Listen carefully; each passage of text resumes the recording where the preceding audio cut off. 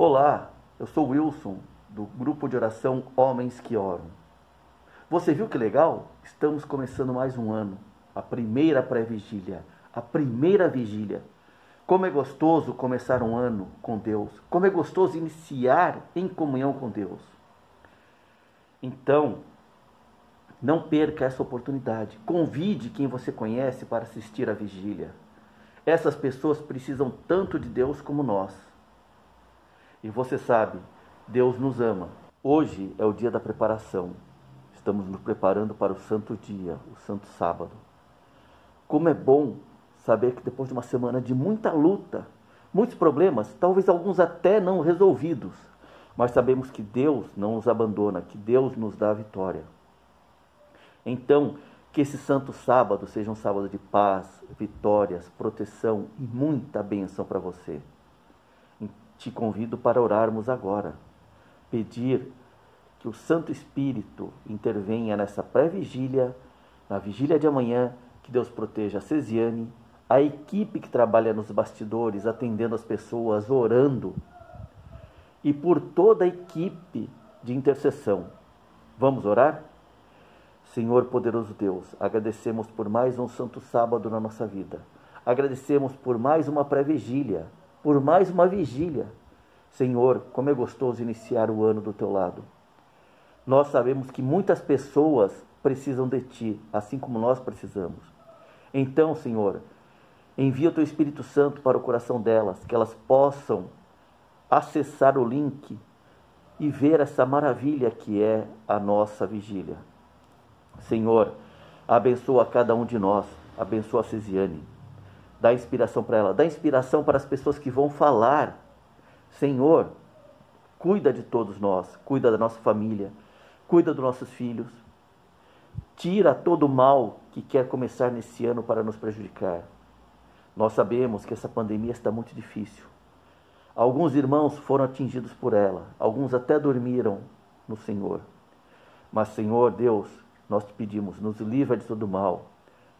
Tira essa pandemia da nossa vida, nos dá a vitória, faz com que a tua palavra chegue a pessoas que têm a necessidade de ti, faz com que a tua palavra seja plantada no coração e floresça para a vida delas. Senhor, cada um de nós agora vai entrar em comunhão contigo pedindo perdão pelos erros. Cada um de nós aqui que está clamando a ti, vamos abrir o nosso coração e pedir perdão pelo erro que nós cometemos. Vamos ter uma comunhão mais profunda contigo. Todos os dias nós acordamos, oramos, revisamos a nossa vida e pedimos perdão pelo erro que cometemos. Às vezes é um erro bobo, mas nós somos os teus representantes e precisamos mostrar a tua palavra a quem precisa. Então, Senhor Deus, nos abençoa, nos livra de todo mal, protege a nossa família, protege os nossos filhos, os nossos netos. Nos dá vitória, nós pedimos em nome de Jesus. Amém. Agrada-te do Senhor, que Ele satisfará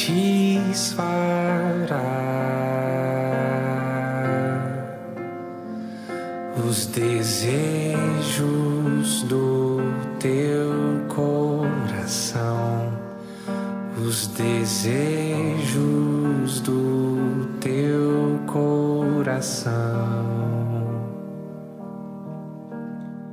Fui moço e agora sou velho, mas nunca vi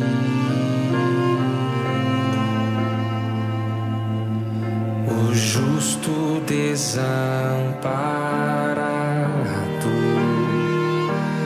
nem a sua descendência mendigar o pão.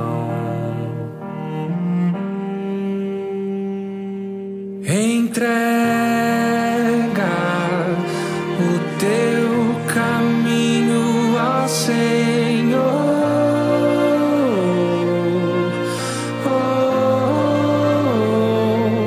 Confia nele, tudo ele fará.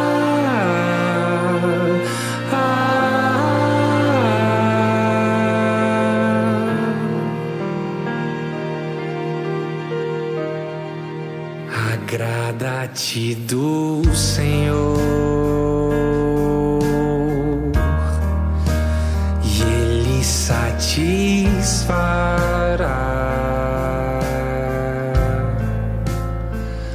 os desejos do teu coração, os desejos do teu coração.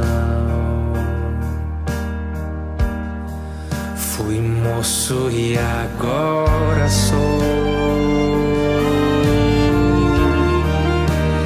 velho, mas nunca vi o justo desamparado, nem a sua descendência mendigar o pão.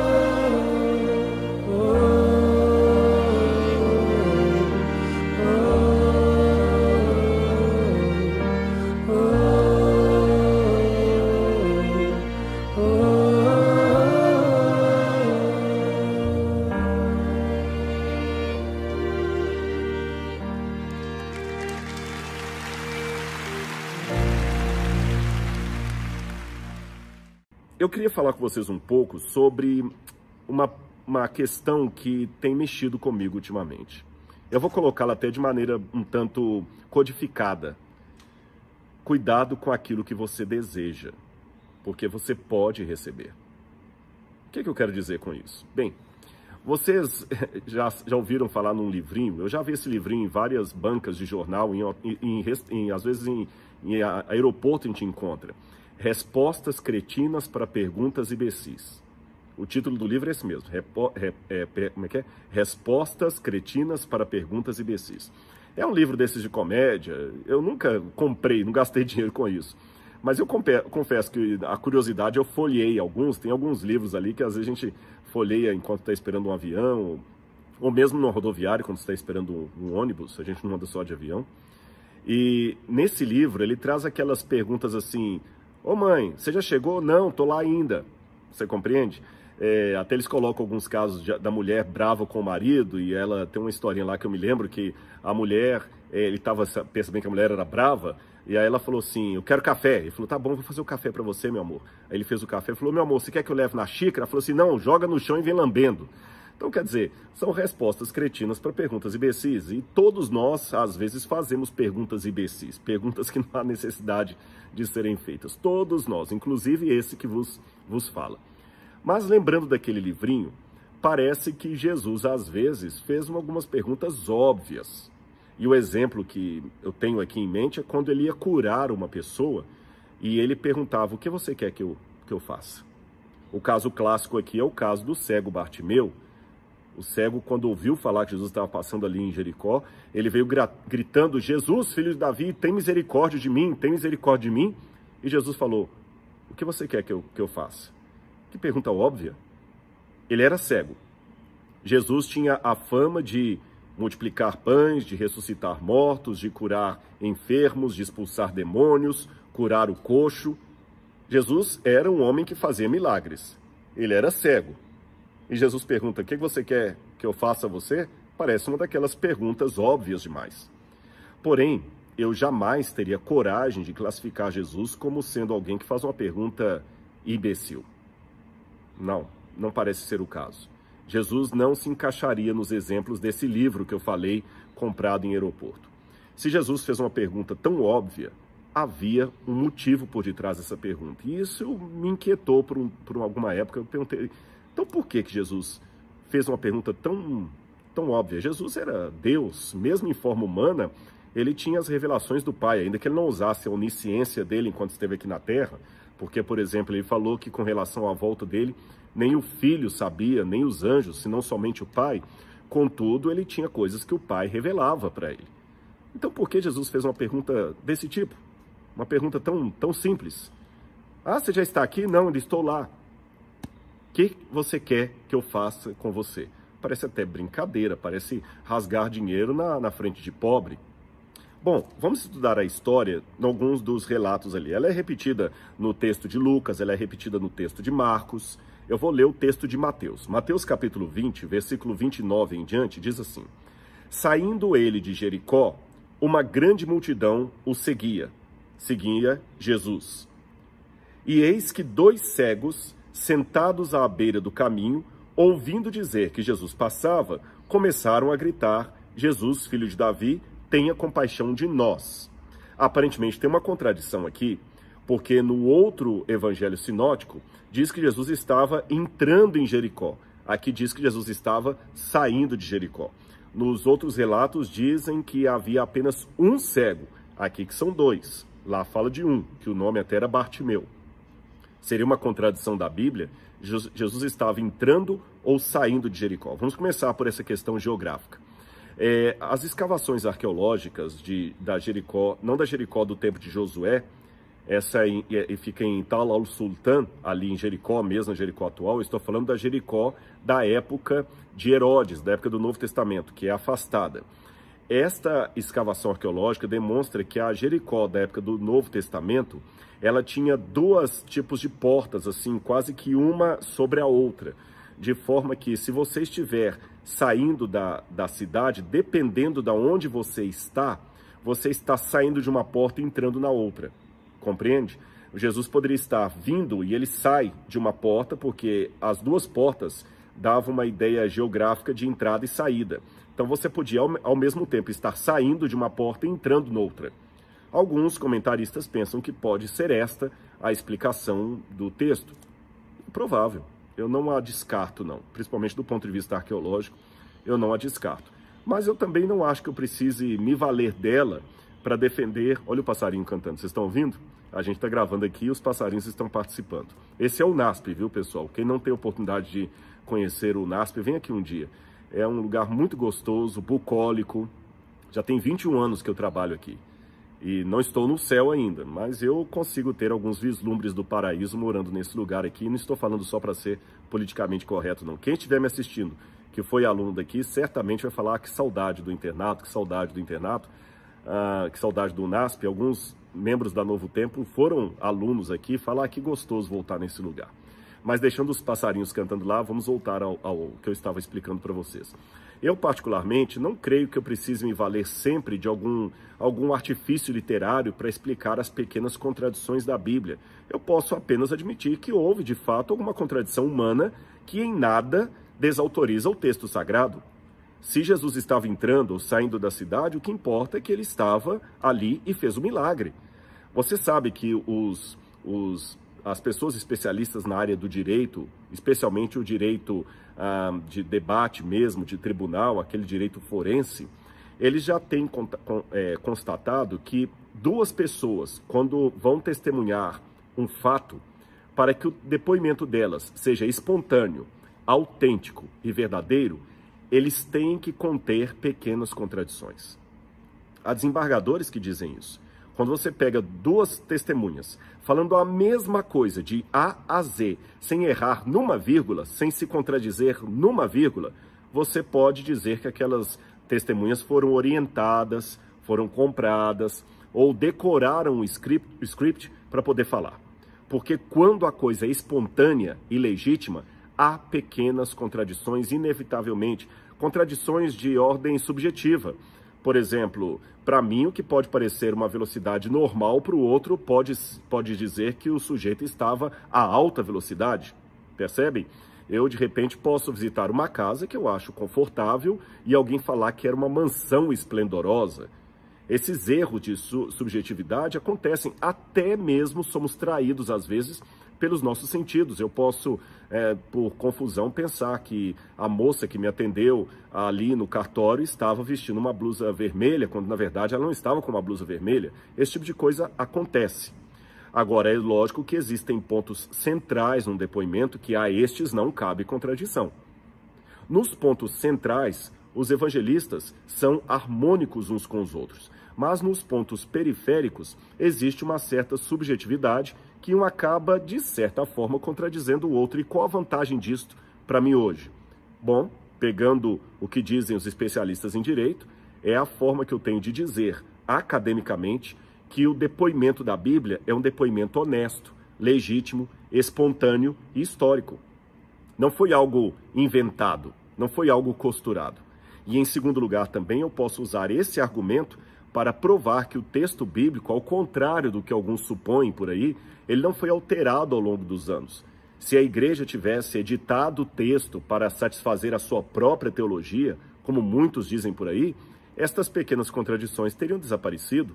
Algum escriba, editor, já teria corrigido isso aqui e eu não teria essa contradição hoje para mostrar a você. O próprio fato de ter essas pequenas incongruências, que, repito, não afetam em nada o centro da doutrina revelado por Deus, essas pequenas incongruências mostram que o texto não foi alterado ao longo dos séculos, nem para ser corrigido, editado ou harmonizado. Em outras palavras, eu posso tomar a Bíblia em mãos e dizer duas coisas. Eu tenho aqui um texto preservado e eu tenho um depoimento espontâneo, autêntico e histórico. E não alguma coisa arranjada por uma comissão para fazer algo bonitinho ali apenas para inglês ver. Tá certo? Agora, com relação ao número de pessoas que Jesus curou, eram 2 ou era 1? Tudo bem, Rodrigo, eu posso até aceitar que ele estava entrando ou saindo de Jericó. Agora, errar o número de cegos aí é demais, não é? Não. Eu vou explicar a você como é que funciona o processo. no nosso tempo, nós temos algo que chama pesquisa estatística, correto? E quando tem a estatística, eles não pegam a população brasileira como um todo, é impossível 200 milhões de pessoas fazerem parte da pesquisa, é impossível. Então o que eles fazem? Eles pegam por amostragem. E quando tem, por exemplo, as eleições, eles dizem assim, olha, se as eleições fossem hoje, fulano de tal ganharia com 34,2% dos votos. Fulano ficaria em segundo lugar com 25 ponto tantos por cento dos votos. Tantos por cento voltariam em branco. A margem de erro seria de 2 pontos percentuais para mais ou para menos. Quando eles falam isso, se a eleição fosse hoje, fulano ganharia com 34% dos votos, eles não perguntaram toda a população do Brasil para saber que 34% responderiam aquilo. Eles perguntaram apenas para uma parte.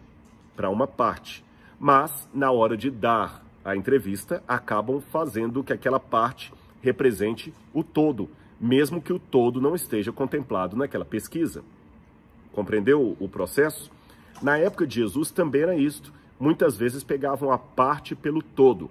E havia situações em que os adultos e as mulheres, os homens e as mulheres eram contadas, e havia outras situações em que as mulheres não eram contadas. Antes que alguém fale, tá vendo, sociedade patriarcal, machista, pode ser. Como na nossa gramática também, que privilegiou demais o lado masculino da coisa. Às vezes a gente fala o seguinte, nossa, foi tão bom ir à igreja e ver todos os irmãos ali. Tá, mas não havia só homens. Mas como eu falo todos os irmãos, estou incluindo as mulheres. Hoje, por uma força do politicamente correto, o mais preciso, o mais inclusivo, o mais de bom tom está sendo modificar a sentença usual até poucos anos atrás e dizer, ali estavam todos os irmãos e irmãs. Eu me lembro que uma vez eu fui pregar nos Estados Unidos e eu dei minto, isso não foi na pregação, foi numa palestra que eu dei.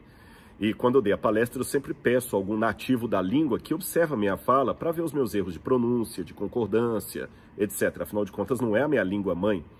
E uma senhora chegou para mim e falou o seguinte, eu quero lhe corrigir de uma coisa. Não diga mais Brethren quando você se dirigir às pessoas na igreja. Eu falei, não diga mais, que é errado. Brethren é uma palavra muito usada em inglês para irmãos, de maneira geral. Mas aí eu perguntei para um outro americano, por que eu não posso usar essa palavra? Ele falou, porque agora ela não é mais politicamente correta. Você deve dizer brothers and sisters, irmãos e irmãs, percebem? Então hoje nós temos uma linguagem muito mais inclusiva, onde nós somos quase obrigados a falar boa noite a todos e a todas. No passado eu só dizia boa noite a todos e as mulheres estavam incluídas, mesmo que não referidas. Nos tempos bíblicos eles não tinham essa força do politicamente correto que nós temos hoje. Então, em algumas situações, mulheres eram contadas e homens, outras só os homens. E as crianças sempre ficavam de fora. Por exemplo, no milagre da multiplicação dos pães, diz que Jesus multiplicou os pães e alimentou 5.000 pessoas, ou 5.000 homens. Aí um evangelista fala, fora mulheres e crianças. Percebeu? Ele quis ser mais preciso. Não havia só 5.000 pessoas ali, ainda tinham as mulheres e as crianças que tinham que ser contadas também. Perceberam? Quando a Bíblia fala daqueles que saíram do Egito, fala de 600.000 homens, evidentemente fora as mulheres e crianças. Então, eu deduzo que os outros evangelistas referiram-se só a Bartimeu e que o segundo cego de nascença, a segunda pessoa, podia ser, opção A, uma mulher ou, a minha preferência, opção B, uma criança. Porque aqui fala 2 cegos, então talvez havia um adulto e uma criança. Ou eu posso trabalhar com a hipótese também de um homem e uma mulher. Os outros evangelistas só fizeram referência ao homem, como no caso da multiplicação dos pães. Mas Mateus, que era mais meticuloso, Mateus era cobrador de impostos, Mateus mexia com contabilidade, então Mateus, de maneira mais assim, detalhista com os números, falou de 2, ao ponto que os outros falaram apenas de 1. Talvez era Bartimeu e uma criança ou Bartimeu e uma mulher. Perceberam? Agora vem o ponto que eu abri esse diálogo. O que você quer que eu faça? Já disse que não foi uma pergunta cretina de Jesus, nem uma pergunta idiota, mas foi uma pergunta profunda, óbvia, uma pergunta pleonástica. Se você tem o poder de curar e pergunta para um cego o que você quer, o que ele quer de você, você está sendo redundante. Mas sabe por que Jesus perguntou aquilo? Provavelmente aquele cego era cego de nascença. E ele estava à beira da estrada. E ele estava pedindo esmola. Por que as pessoas davam esmola para ele? Simples. Porque ele era cego. Então todo mundo se compadecia dele e dava esmola para ele. Muito bem. Quando aquele homem passou a enxergar, a primeira sensação dele não foi de alívio, não foi de júbilo. Os médicos especialistas em medicina oftalmológica, de óculos, de olho, dizem que nós enxergamos, na verdade, com o cérebro. O olho é apenas uma lente para pegar a luz, colocar dentro do cérebro, e o cérebro que corrige aquilo ali e transforma em imagem. Tanto é que nós enxergamos tudo de cabeça para baixo. Mas quando você é cego ou se fez cego por muito tempo, a primeira sensação de encontrar a luz é de pânico. Eu me lembro de um filme de 1977, Papillon, o homem que fugiu do inferno.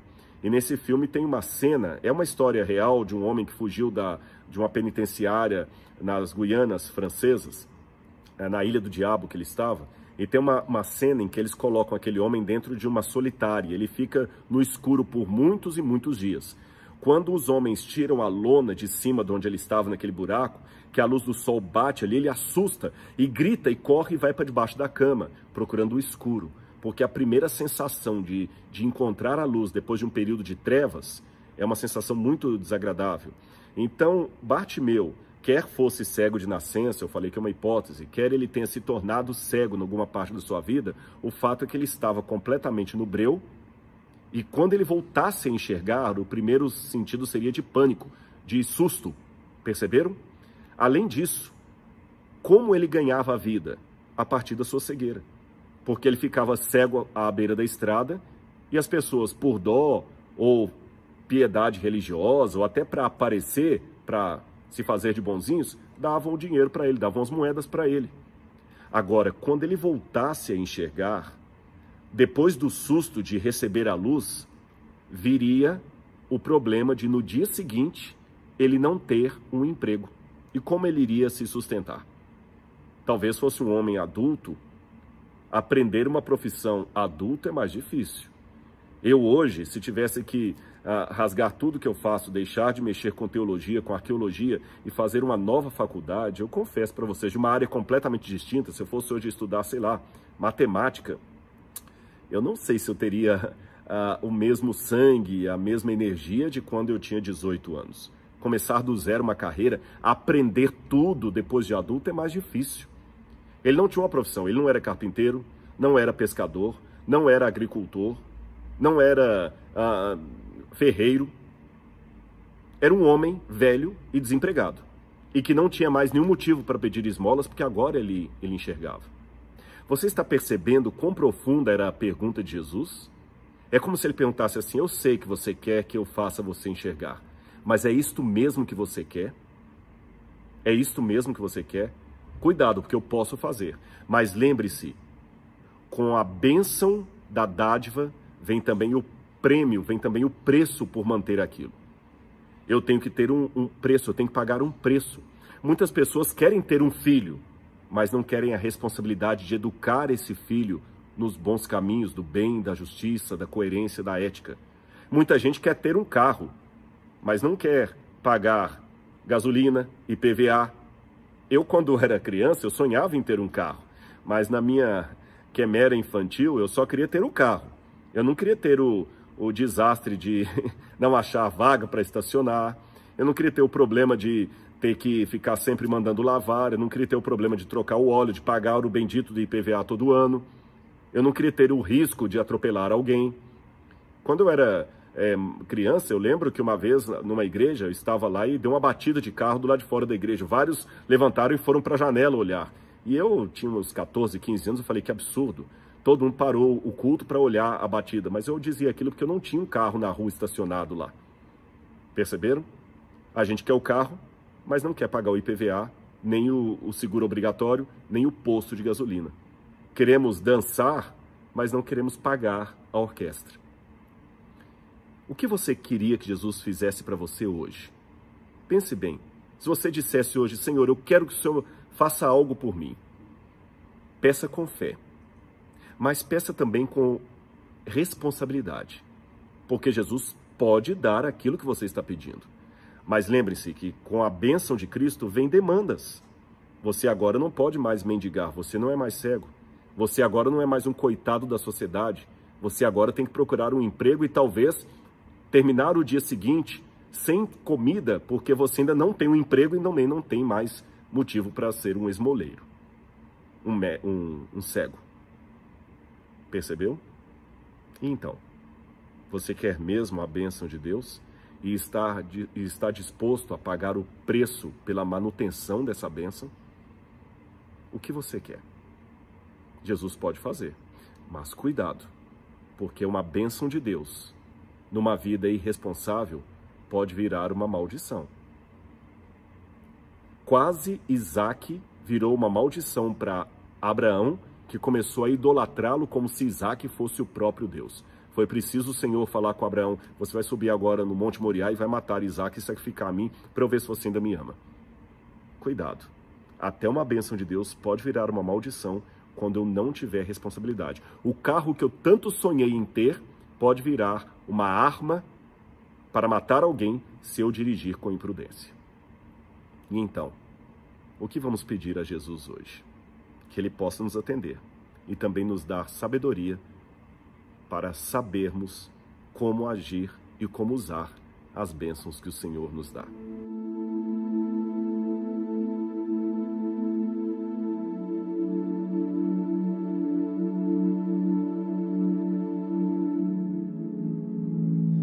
O grande conflito terminou. Pecado e pecadores não mais existem. O universo inteiro está purificado. Daquele que tudo criou emanam vida, luz e alegria. Desde o minúsculo átomo até o maior dos mundos, todas as coisas, animadas e inanimadas, em sua serena beleza, declaram que Deus é amor.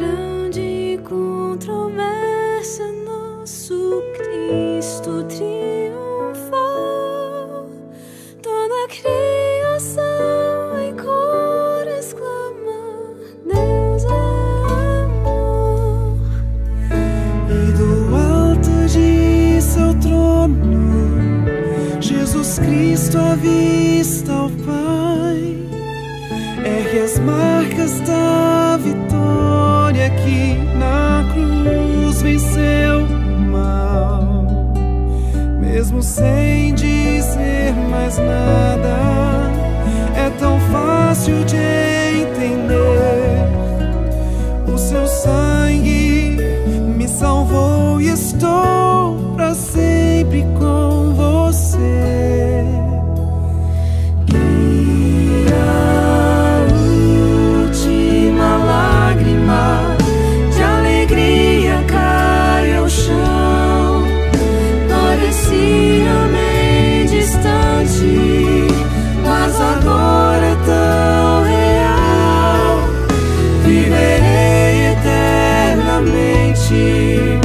Foi Jesus quem me salvou. Minha última lágrima sou pra sempre do Senhor.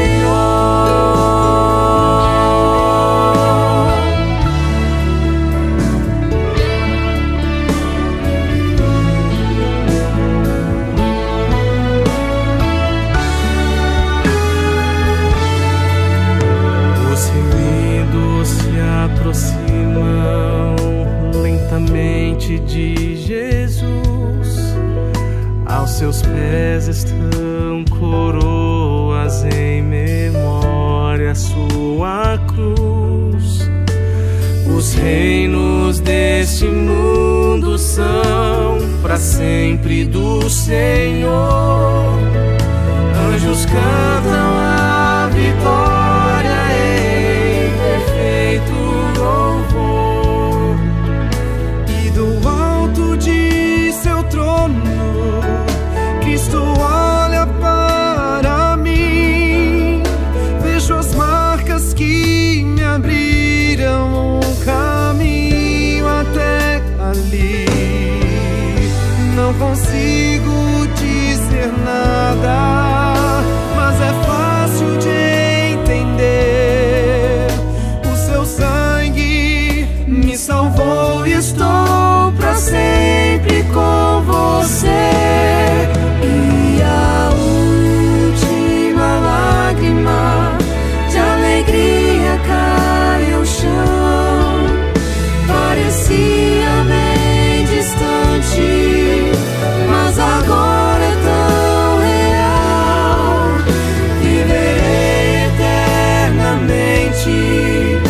Foi Jesus quem me salvou. Minha última lágrima só pra sempre do Senhor.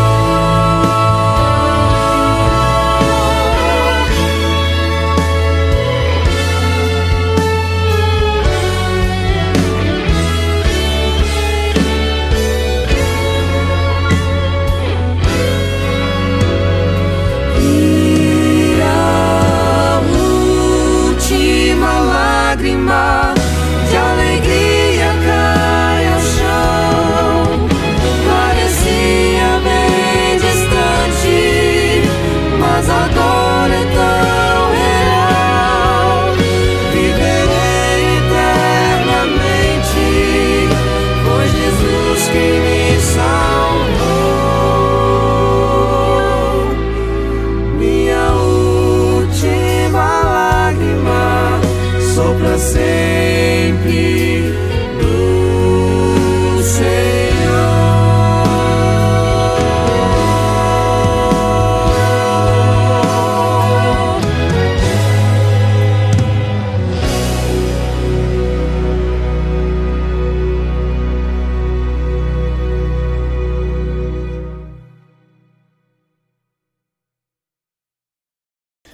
Olá, minha gente querida, que alegria, que prazer estar em sua companhia mais esta vez. Aqui é o pastor Elpio Menezes e quero aproveitar este pequeno áudio para te agradecer por me acompanhar, por divulgar, por participar desse ministério. E muito obrigado por tua ajuda. Hoje quero tratar de um tema que creio que 100% dos que vão ouvir este áudio conhecem bem esse tema, sabem da realidade desse assunto, mas nem todos nós estamos dando a devida importância a este assunto, a este tema. Por isso me propus a trazer uma reflexão baseada numa história real. E essa história diz assim: meu cunhado abriu a gaveta do criado mudo de minha irmã e tirou um pacote. Isto, disse ele, não é um pijama, isto é uma combinação. Ele se desfez do papel e me deu a combinação. Era macia, de seda feita à mão e enfeitada com um laço. A etiqueta do preço astronômico ainda estava presa. Jean comprou isso na primeira vez que fomos a Nova York, pelo menos 8 ou 9 anos atrás. Ela nunca o usou. Ela o estava guardando para uma ocasião especial. Bem, eu imagino que esta não seja a ocasião especial. Ele tomou a combinação, colocou em cima da cama e com outras roupas que nós estávamos levando para o necrotério. Suas mãos tocaram o material macio por um instante. Então ele bateu a gaveta, fechando-a, e se voltou para mim e disse o seguinte: nunca guarde nada para uma ocasião especial. Todos os dias que você está viva é uma ocasião especial. Eu me lembrei daquelas palavras durante o funeral, e durante os dias que se seguiram, enquanto ajudava meu cunhado e minha sobrinha a atenderem todos os compromissos que surgem com uma morte inesperada. Eu pensei sobre elas no avião quando retornava para a Califórnia, vindo da cidade onde minha família, a família de minha irmã vivia. Eu pensei sobre as coisas que ela tinha feito sem perceber que elas eram especiais. Eu ainda estou pensando sobre as palavras do meu cunhado e elas mudaram minha vida. Estou lendo mais e limpando menos. Eu estou sentando na sacada e admirando a vista sem estar reclamando do mato no jardim. Eu estou gastando mais tempo com minha família e amigos e menos tempo em reuniões. Eu não estou guardando nada. Nós usamos nossa porcelana chinesa e cristais para qualquer evento especial. Eu uso um bom blazer para ir ao mercado, se eu gosto disso. Eu não estou guardando o meu melhor perfume para festas especiais. Algum dia, e um desses dias, estão perdendo a força no meu vocabulário. Se compensa ver, ou ouvir, ou fazer, eu quero ver, ouvir e fazê-lo agora. Eu não estou segura sobre o que minha irmã teria feito se ela soubesse que não estaria aqui no amanhã e que todos nós contamos como garantido. Eu penso que ela teria chamado os membros da família e alguns amigos íntimos. Ela teria chamado amigos antigos e desculpando-se por discussões tolas do passado. Eu gosto de pensar que ela teria saído para um jantar chinês, sua comida preferida. Eu estou apenas imaginando. Eu nunca saberei. São estas pequenas coisas não realizadas que me deixaram e me deixam zangada. Se eu soubesse que minhas horas estariam limitadas.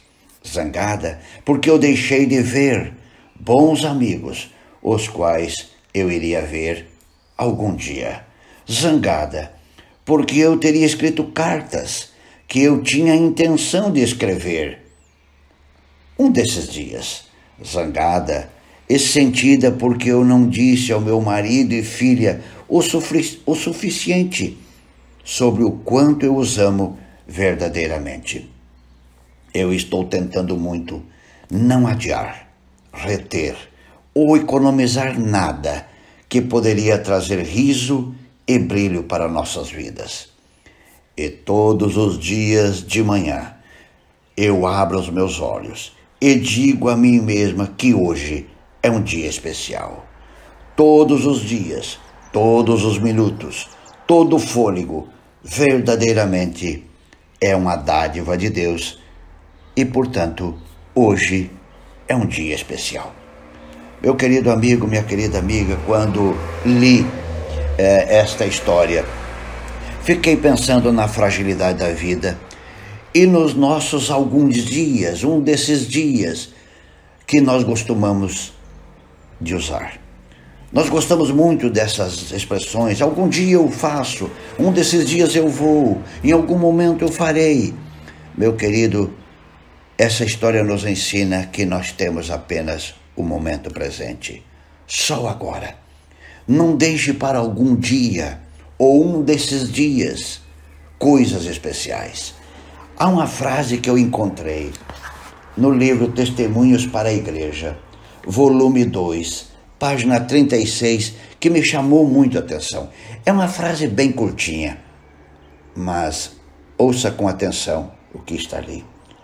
Todos estão jogando a partida da vida. Meu querido, todos nós estamos jogando uma partida da vida. Você poderá sair-se como vencedor, você poderá sair-se como um perdedor. A escolha é sua. Se você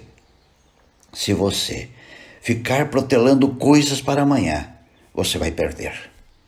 Você vai perder a partida da vida.